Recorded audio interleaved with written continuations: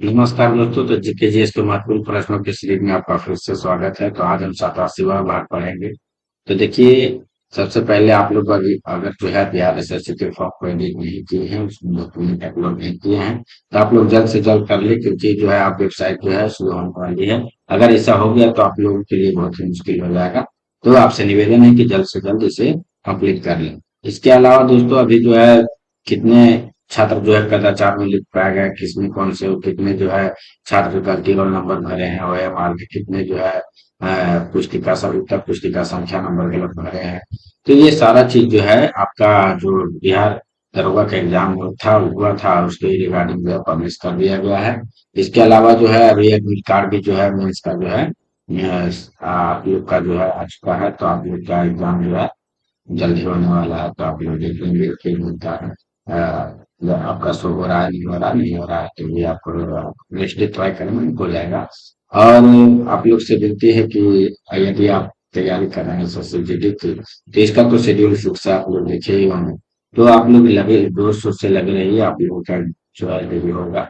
और एक चीज जान लीजिए कि एक दिन ज्यादा पढ़ने से अच्छा है कि थोड़ा कम पढ़े लेकिन प्रतिदिन पढ़े, ये ज्यादा जो है फायदेमंद साबित होता है। तो चलिए हम प्रश्न की ओर बढ़ते हैं। हमारा पहला प्रश्न है कि भारत के संविधान में प्रयुक्त शब्द जो धर्मनिरपेक्ष है उसका अर्थ क्या होता है। तो देखिए, भारत के संविधान में प्रयुक्त शब्द धर्मनिरपेक्ष का अर्थ है क्या है। तो इसका अर्थ होता है दोस्तों कि राज्य का अपना कोई धर्म नहीं होगा, यानी कि कोई भी व्यक्ति जो है किसी भी धर्म को अपने स्वेच्छा अनुसार अपनी इच्छा अनुसार जो है मान सकता है। कोई जबरदस्ती नहीं है। तो ये नंबर ऑप्शन सही उत्तर हो जाए। हमारा अगला प्रश्न है दोस्तों कि संविधान में 12वीं अनुसूची किस संशोधन द्वारा जो है जोड़ा गया। तो देखिए, जो संविधान में 12वीं अनुसूची है दोस्तों, वह जो है 74वां संविधान संशोधन द्वारा जो है जोड़ा गया है। तो ऑप्शन नंबर जो है हमारा यहाँ पे एक सही उत्तर हो जाएगा कि संविधान में 12वीं अनुसूची 74वां संविधान संशोधन द्वारा जोड़ा गया है। देखिए, हमारा अगला प्रश्न है दोस्तों कि निम्नलिखित वायु प्रदूषकों में से अधिकतम हानिकारक कौन है। तो देखिए, इसमें से आप लोग हमारे वीडियो को रोक करके आप आंसर दे सकते हैं। बताइए कि इसमें से कौन सा जो है सबसे अधिक हानिकारक है। तो इसमें आप देख रहे हैं कि आप लोग जानते हैं कि बहुत सारा लोग कार्बन डाइऑक्साइड को मारेंगे, लेकिन ऐसा नहीं है। यहाँ पे कार्बन मोनोऑक्साइड जो है वो सबसे हार्मफुल गैस है, सबसे अधिक हानिकारक है। हमारा अगला प्रश्न है दोस्तों कि हड़प्पा सभ्यता किस युग से संबंधित थी। तो देखिए दोस्तों, यहाँ हड़प्पा जो सभ्यता थी दोस्तों, उसको कांस्ययुगीन सभ्यता के नाम से भी जानी जाती है। तो आप लोग इस नाम से ही समझ गए होंगे कि इसे कांस्य युग भी कह सकते हैं। तो कांस्य युग से हड़प्पा सभ्यता जो है संबंधित थी। हमारा अगला प्रश्न है दोस्तों कि गौतम बुद्ध ने महापरिनिर्वाण कहाँ से प्राप्त किया था। देखिए, बौद्ध धर्म में महापरिनिर्वाण का अर्थ होता है दोस्तों मृत्यु। तो गौतम बुद्ध को महापरिनिर्वाण जो है दोस्तों वह कुशीनगर या कुशीनारा में हुआ था। तो ऑप्शन नंबर सी ऑप्शन सही उत्तर हो जाएगा। इसे आप याद रखेंगे। हमारा अगला प्रश्न है दोस्तों कि मगध के राजा अजातशत्रु का सदैव किस गणराज्य के साथ युद्ध रहा था। तो देखिए दोस्तों, यहाँ पे मगध के जो राजा अजातशत्रु थे उनका जो है वैशाली के राजा के साथ जो है सदैव जो है युद्ध रहा था। तो ऑप्शन नंबर ए सही उत्तर हो जाएगा। हमारा अगला प्रश्न है दोस्तों, कंप्यूटर के प्रोसेसर की गति को निम्नलिखित में से किसमें मापा जाता है। तो देखिए दोस्तों, जो कंप्यूटर की गति होती है दोस्तों, उसकी गति को जो है यहाँ पे MIPS में जो है मापा जाता है।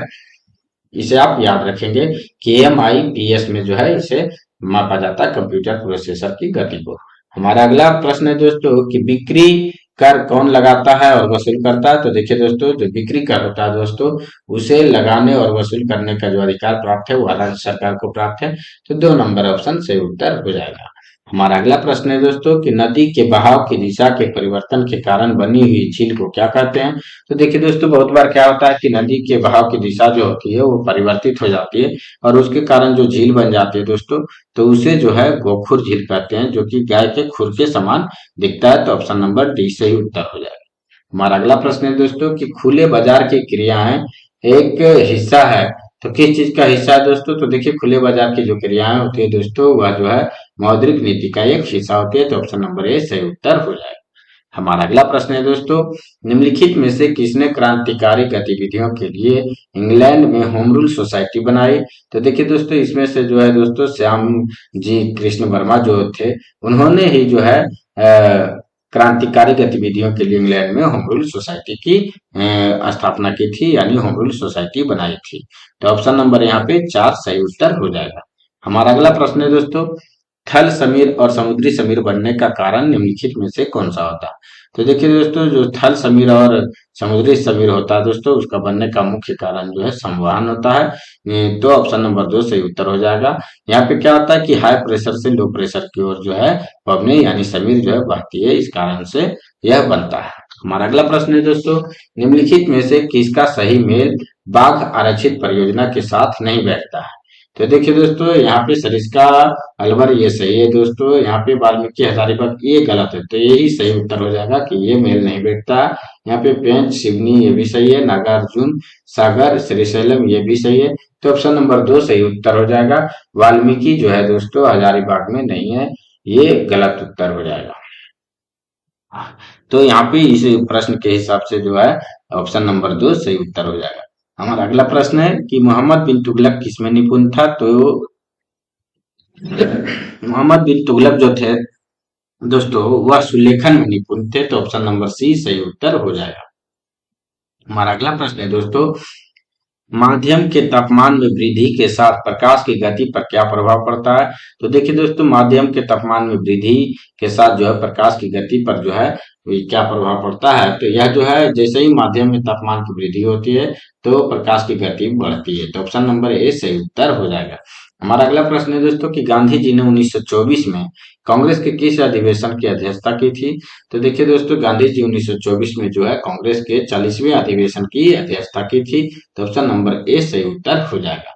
हमारा अगला प्रश्न है दोस्तों, विश्व आर्थिक मंच द्वारा आईएमएफ द्वारा जो जारी वैश्विक प्रतिस्पर्धा सूचकांक होता है, उसमें भारत का स्थान कितना है? तो देखिए दोस्तों, यह जो डेटा है वह 2023 का है, तो इसके अनुसार जो है भारत का स्थान 72 रहा था।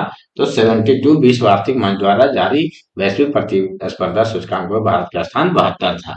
हमारा अगला प्रश्न है दोस्तों, रिचर्ड डॉकिंस पुरस्कार 2020 किसे प्रदान किया गया? तो देखिए दोस्तों, यह जो पुरस्कार है दोस्तों, रिचर्ड डॉकिंस पुरस्कार 2020, यह जो है जावेद अख्तर को जो है प्रदान किया गया, तो ऑप्शन नंबर डी सही उत्तर हो जाएगा।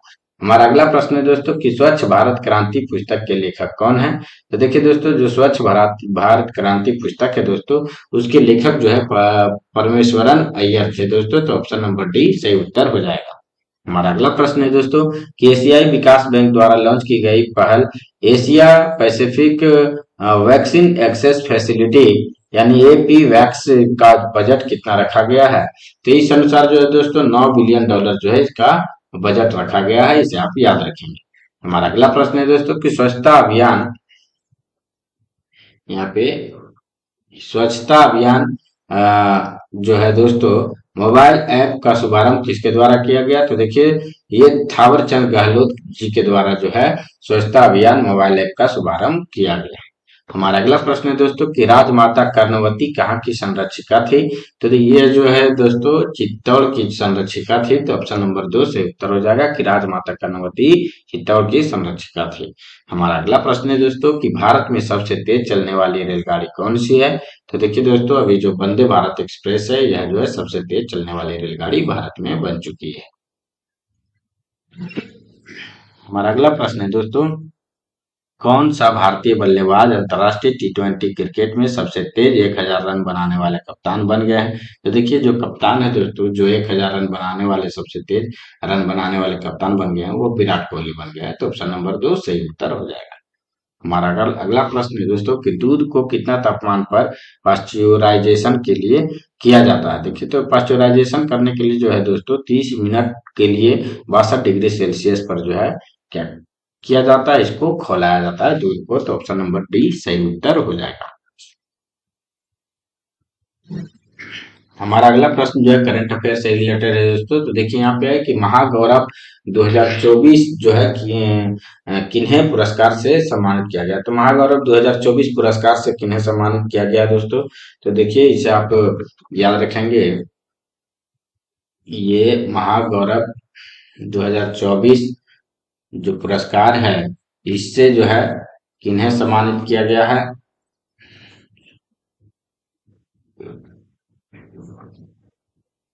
तो यहाँ पे उत्तर हो जाएगा दोस्तों आपका ऑप्शन नंबर 3। यहाँ पे हो जाएगा निखिल वाघ जी जो है, इन्हें जो है महागौरव पुरस्कार 2024 महागौरव 2024 पुरस्कार से जो है निखिल वाघ को जो है सम्मानित किया गया। अब देखिए जब बात करते हैं यहाँ पे पुरस्कारों की, तो यहाँ पे अभी मिस अमेरिका 2024 का खिताब जो है वो मेडिसन मार्स को इन्हें जो है मिला है। क्या क्या? मिस अमेरिका, मिस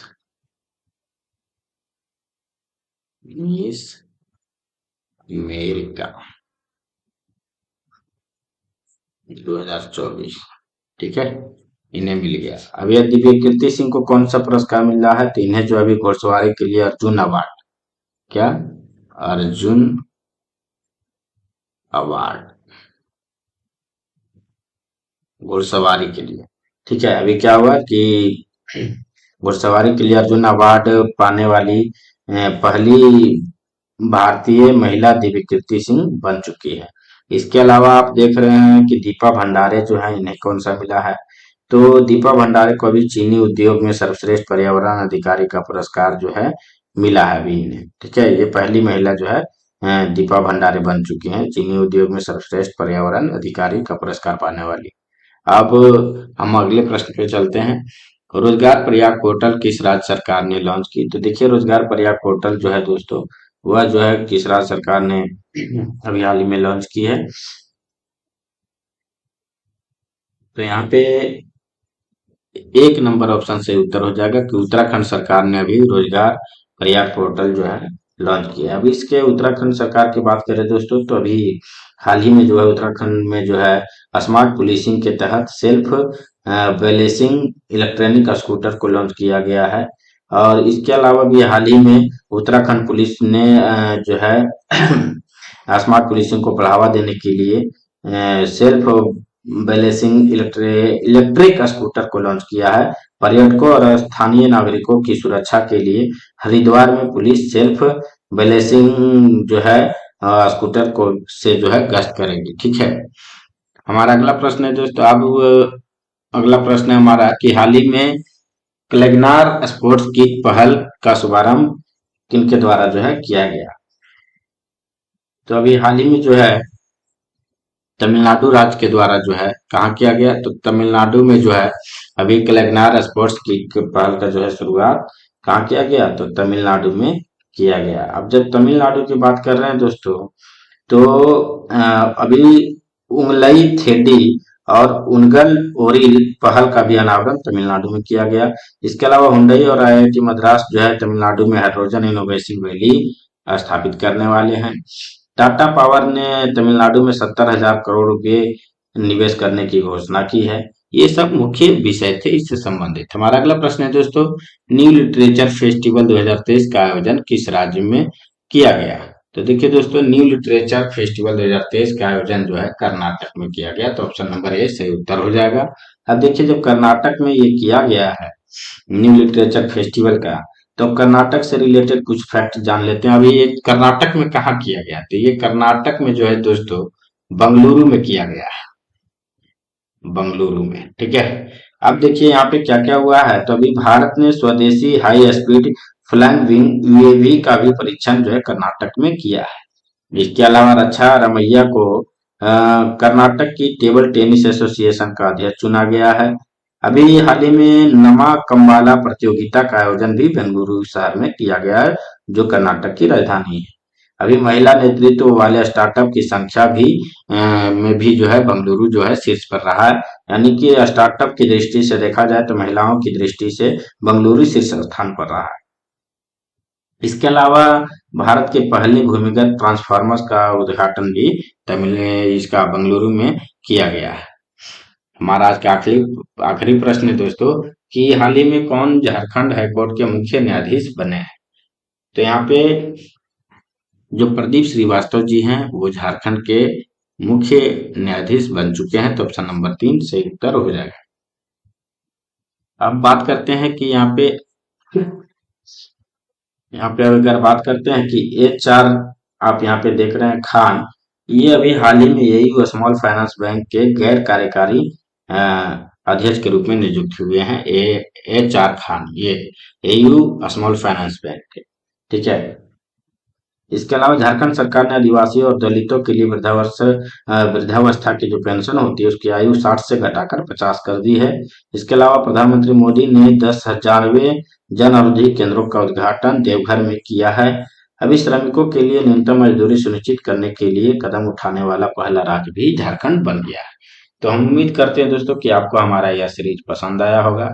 तो आप हमारे चैनल को सब्सक्राइब एंड शेयर करें ताकि हम आपके लिए और भी बेहतर वीडियो ला सके। तो जय हिंद दोस्तों, फिर मिलेंगे हम अगले सीरीज में। तब तक के लिए आप लोग स्वस्थ रहें और खुश रहें।